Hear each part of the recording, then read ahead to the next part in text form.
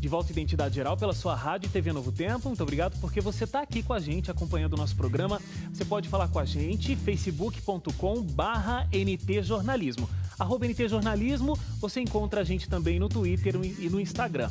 Não esqueça de sempre dar uma passada no nosso site, novotempo.com/jornalismo. E agora, a gente continua a nossa conversa com o professor do Departamento de Geografia da USP, que estuda há mais de 20 anos a climatologia antártida, o Ricardo Augusto Felício.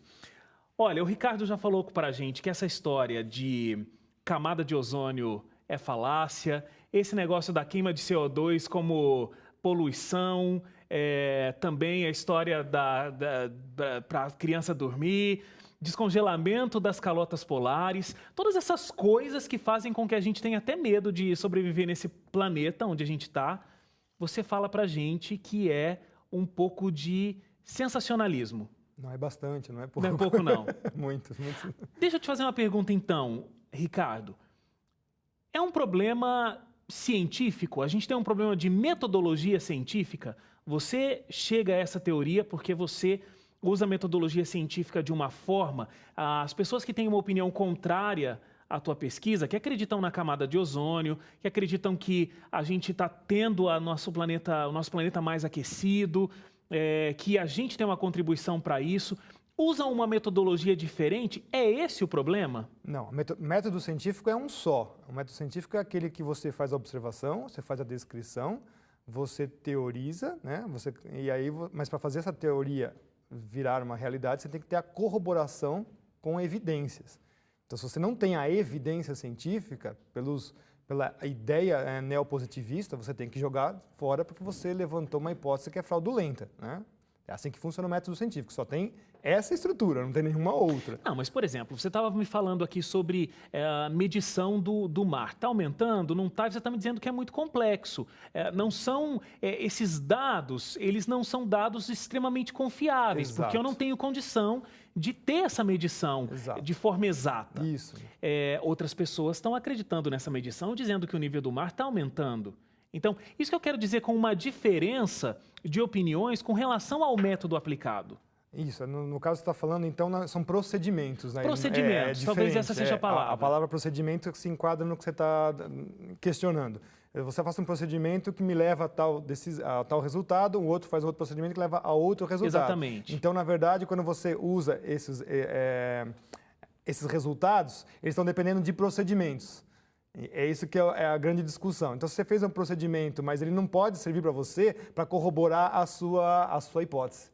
Então, você só fez um procedimento que lhe deu um resultado e ponto final. Você pode até publicar alguma coisa, mas não concluir outras coisas daquele resultado feito pelo procedimento. Eu acho que nunca a gente falou tanto de proteger o meio ambiente, de um planeta sustentável. A gente talvez nunca tenha falado tanto quanto hoje sobre esse assunto.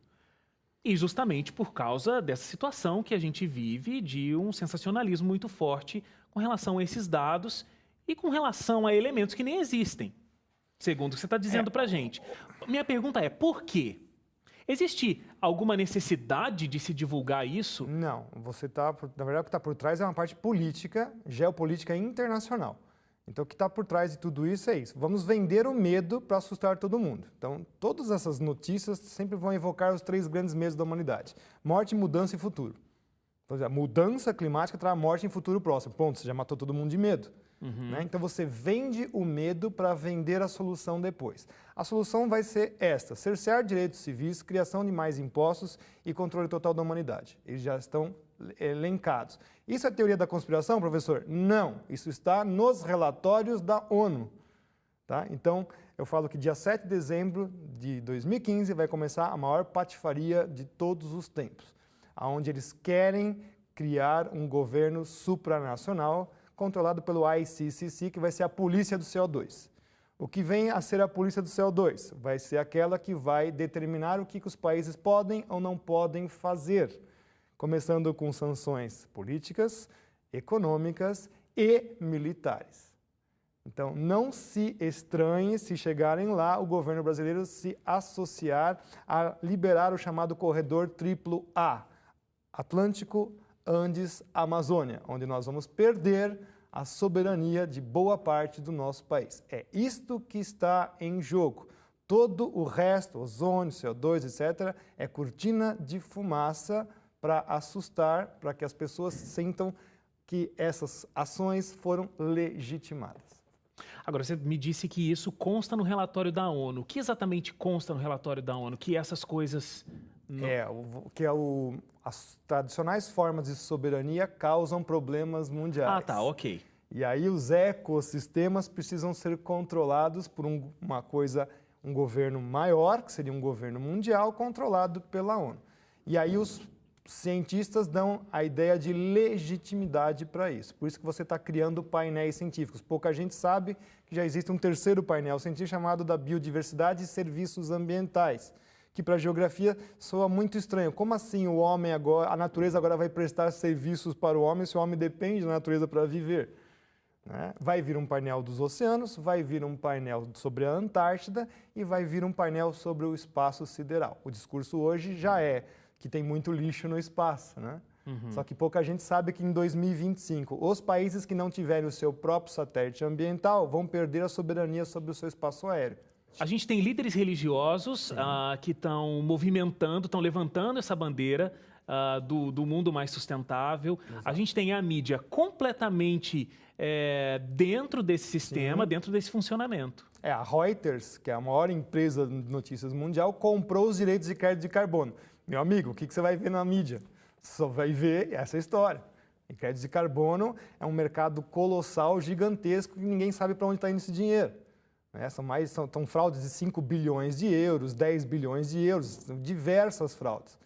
Né? Tanto é que o mercado climático da Bolsa Climática de Chicago foi extinto e um dos associados era o ex-presidente Al Gore, que tem uma casa na praia de 9 milhões de dólares, então ele não está preocupado com o nível do mar. Até por falar no Al Gore, ele tem um filme... Uma verdade inconveniente. Exato. Esse documentário é passado em diversas escolas e... É um documentário que tem língua portuguesa, o livro dele tem língua portuguesa e tem em todas as escolas do Brasil. No governo britânico ele é proibido, né? Se você quiser passar ele na escola, você tem que primeiro mostrar as falácias científicas que ele tem. Ele não pode ser passado livremente. É mesmo? Então é curioso que em alguns países, principalmente os países que vêm aqui colocar cartilha ambiental para o brasileiro, em suas próprias pátrias, eles não colocam. Então, isso é muito interessante. É muito interessante te ouvir, Ricardo, porque assim, você vem desmistificando coisas que a gente ouve o tempo todo em diversos lugares. Uma última questão, por exemplo, de desmistificação. As catástrofes ambientais, elas acontecem, sempre aconteceram, Sim. Mas o que a gente ouve é que elas têm acontecido muito mais, numa intensidade muito maior, justamente por conta dessas mudanças climáticas. Não, esse aqui é o grande absurdo. O que a gente aprendeu a fazer nos últimos 30 anos? Ver melhor o nosso planeta. Então, o que tem aumentado é o monitoramento sobre o planeta. Este é um ponto. Segundo ponto, tem mais pessoas habitando várias áreas do planeta, portanto, você tem testemunhas oculares.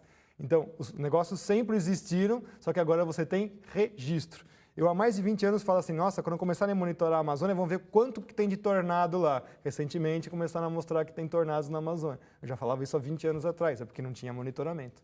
Então o ponto não é que tenha acontecido mais, é que a gente tem mais ficado sabendo, isso. A gente sabe agora Perfeito. Que tem acontecido. Saiu uma estatística agora sobre os furacões que atingem os Estados Unidos nos últimos 10 anos, né? 2005 tinha sido, né, a catástrofe mundial, 2015 só caíram os números de furacões nos Estados Unidos, então os últimos presidentes foram até beneficiados com isso. Né? Foram tudo para o Pacífico, não foram para o Atlântico.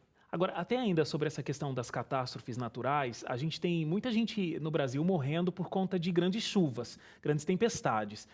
Agora, isso a gente não pode colocar a culpa na catástrofe natural, na grande chuva, né? Porque às vezes as pessoas elas constroem a casa numa área de risco e aí essa casa vai desabar quando acontece uma grande Exatamente, aquilo aí já é uma área de risco, o que está errado são as pessoas nesses lugares. Claro. Né? Então é um problema, na verdade, social, não é um problema ambiental ou climático ou coisa parecida. Para a gente terminar, uma pergunta quase pessoal. Como eu disse e repito, você vai contra o que a gente ouve o tempo todo dos ambientalistas, na mídia, na literatura, nas pesquisas e tudo mais. Você está indo contrário a tudo isso que todo mundo está falando. Em nenhum momento você parou para pensar, nesses 20 anos de estudo, peraí, será que eu não estou enganado com algum ponto aqui?